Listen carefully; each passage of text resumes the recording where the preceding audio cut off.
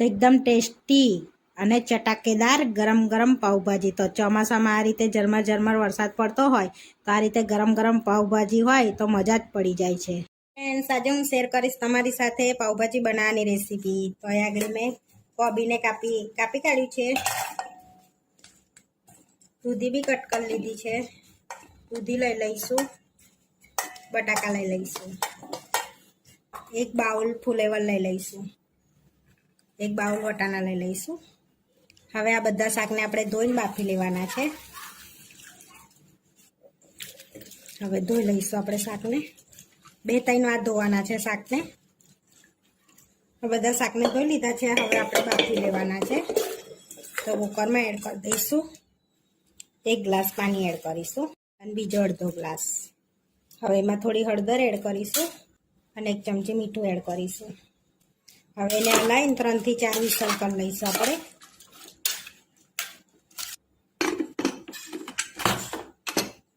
આપણે 3 થી 4 વિસલ વાગી ગઈ છે. કુકર ઠંડુ પડી ગયું છે. હવે આપણે ચેક કરી લઈશું કે આપણું બધું શાક બફાઈ ગયું છે. તો આપણું બધું શાક બફાઈ ગયું છે. હવે આપણે મેશ કરી લઈશું. મેશ કરી લેવાનું છે. આપણે બધું મેશ કરી લીધું છે. આ રીતે પ્યુરી બનાવી લીધી છે.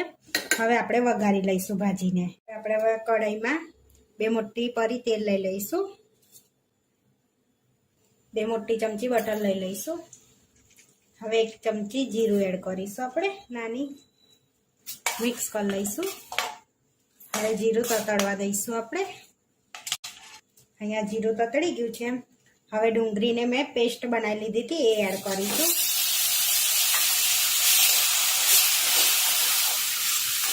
ધીમા તાપે ડુંગળીને શેકાવા દઈશું થોડીક. હવે સેજ ડુંગળીને શેકાવી આવી છે. તો સેજ ડુંગળી શેકાઈ ગઈ છે. હવે ઝીણા કટ કરેલા કેપ્સિકમ એડ કરીશું. અહીંયા આગળ મેં 2 કેપ્સિકમ લીધા હતા અને સરસ હવે શેકાવા દઈશું આપણે બેઉને. એમાં સેજ મીઠું નાખીશું, અડધી ચમચી જેવું, અને શેકાવા દઈશું ધીમા તાપે. હવે આપણે કેપ્સિકમ અને ડુંગળી શેકાઈ ગઈ છે. હવે ટામેટાની પ્યુરી એડ કરીશું. તો અહીંયા મેં 2 ટામેટાની પ્યુરી એડ કરું છું. મિક્સ કરી લઈશું અને શેકાવા દઈશું. હવે 10 થી 15 મિનિટ આપણે એને શેકાવા દઈશું અને પછી બીજા મસાલા કરી લઈશું. તેલ છૂટું પડી ગયું છે પ્યુરીમાં. હવે મસાલા એડ કરીશું આપણે બધા અંદર. એમાં થોડી હળદર એડ કરીશું 5 ચમચી જેવી. ગરમ મસાલો એડ કરીશું 1 ચમચી જેવો. તીખું મરચું એડ કરીશું અડધી ચમચી જેવું. અહીંયા કાશ્મીરી મરચાં અને લસણની પેસ્ટ એડ કરીશું 1 ચમચી. 1 ચમચી કિચન કિંગ મસાલો એડ કરીશું જેથી સ્વાદ સારો આવે. પાવભાજી મસાલો એડ કરીશું અહીંયા 1 ચમચી અને બીજી 1 ચમચી. 2 મોટી ચમચી પાવભાજી મસાલો એડ કર્યો છે. અડધી ચમચી કાશ્મીરી લાલ મરચું એડ કરીશું અને મિક્સ કરી લઈશું.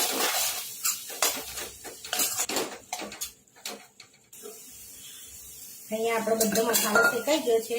હવે આપણે ભાજીનો પ્યુરી એડ કરી દઈશું બધી. આ મિક્સ કરી લઈશું. સ્વાદ પ્રમાણે મીઠું એડ કરીશું અંદર.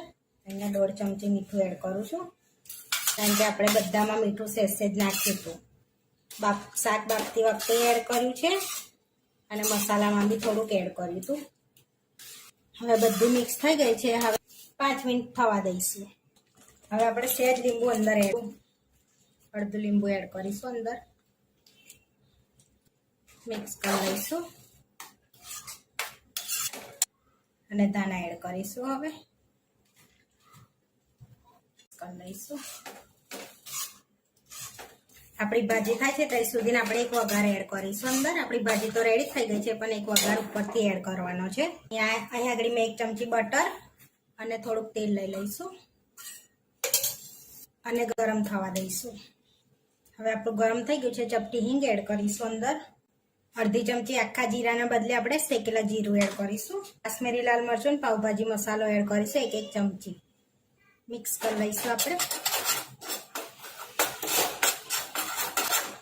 ગેસ એકદમ ધીરો રાખવાનો, બરે ના એ રીતનું. હવે મસાલો રેડી થઈ ગયો છે. હવે એડ કરી દઈશું ઉપર આપણે ભાજીમાં. મિક્સ કરી લઈશું હવે આપણે. આપણી ભાજી બનીને રેડી થઈ ગઈ છે. આપણી ભાજી બનીને રેડી થઈ ગઈ છે. હવે આપણે પાવ શેકી લઈશું. પાવ શેકવા માટે નોનસ્ટિકમાં આપણે બટર એડ કરીશું. નોનસ્ટિક ગરમ થઈ ગઈ છે. થોડી લસણની પેસ્ટ એડ કરી, 1 ચમચી પાવભાજી એડ કરીશું. પાવભાજી મસાલો એડ કરીશું. બધું મિક્સ કરી લઈશું. હવે આપણે પાવ મૂકી દઈશું અને શેકી લઈશું. પલટાઈ લઈશું. પલટાઈને સરસ 2 બાજુ શેકી લઈશું. હવે પાવ શેકાઈ ગયા છે. હવે આપણે સર્વ કરી લઈશું. તો પ્લેટમાં આપણે પાવ લઈ લઈશું. હવે અહીંયા પ્લેટમાં પાવ લઈ લીધા છે. અહીંયા પ્લેટમાં આપણે ભાજી લઈ લઈશું. અહીંયા ડુંગળીનો આપણે સલાડ લઈ લઈશું. લીંબુ લઈ લઈશું. થોડાક ધાણા એડ કરીશું.